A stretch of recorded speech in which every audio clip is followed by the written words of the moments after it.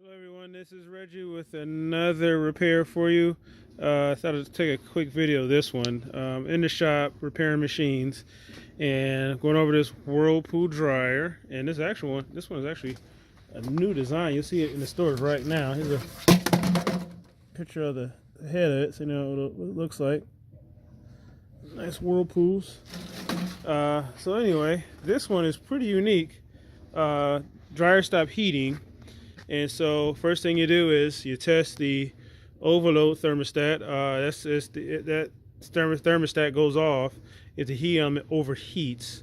So that was fine. Then I tested the heating element with my voltmeter, and I got plenty of videos showing how to do all this stuff.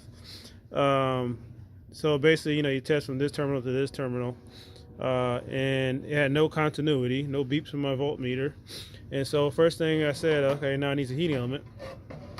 And I saw the break, but I'm like, man, this is a new dryer though. Barely used. And this is the culprit. Look at that. So that's the inside the drum. You'll see holes in there, and that looks like a bra underwire.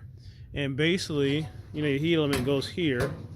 And I brought underwire, hit that coil, and caused it, probably sparked a little bit and caused the coil to break. And you can see all those electrical burns on it. Let's pull it out. Okay, I think it probably grounded out a couple times. Sure, that caused quite the fireworks. So underwire pays technicians a lot of money.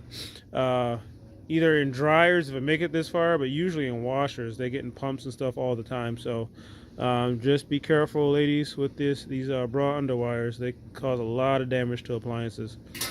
Any questions, comment below, and then also check out my website, www.dryertuneup.com, where you can find all your hardware for your dryers as far as fuses and heat elements. And actually I sell the whole kit.